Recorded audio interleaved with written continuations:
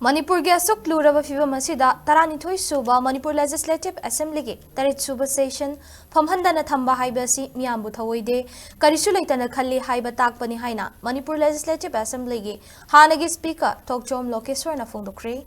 Karigumba Manipur da PR laklaba amadi suspended animation thamjilaklabadi madugi tek jak pumnamak state asida leiramba BJP na luchingba lengak asigi luchingba amadi lengak asida yauramba MLA singna pugadabani hainasu chekshin wa thamkhre Imphal gi babu parada leiba mahaki quarter da paumi singa unabada hauzik khundrakpam ACG MLA sinahai state asigi hauzik oiriba fibam leiriba issue kaya asigi waroshin karamna purakani haibagi matangda khananai nagadauba matam asida assembly session famhandaba haibasi yamna laibak thibani BJP gi North East ki coordinator Sambit Patrana state asida lakliba asi Manipur thugaina ba laklibra hainasu MLA Lokeshore na pendaba phongdokki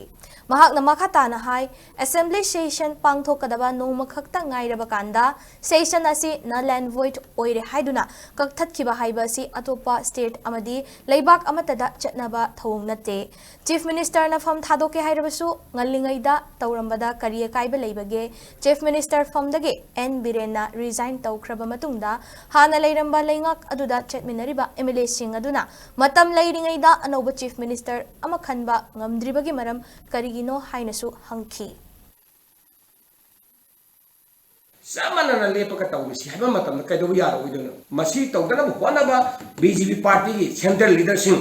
masa Manipur se automatic tathi tawina thame kaisu letana khale buduna ina se thamjani ni se adon hogi su ngare karigi hogi bobu masi pung trai thoda pung lora mani tawidi ngara jum tawbibe khotak emergency kolamu adum tawwe rule shop to kana business ki rule number 7 ni makha dum tawwe khotak to kaido bi tawbi asinbeni paingat pase aduna hauji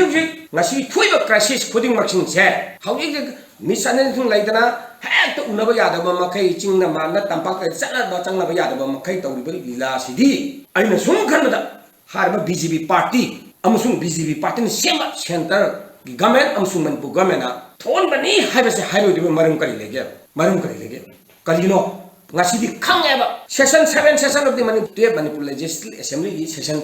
파만나나 행 도로 탐바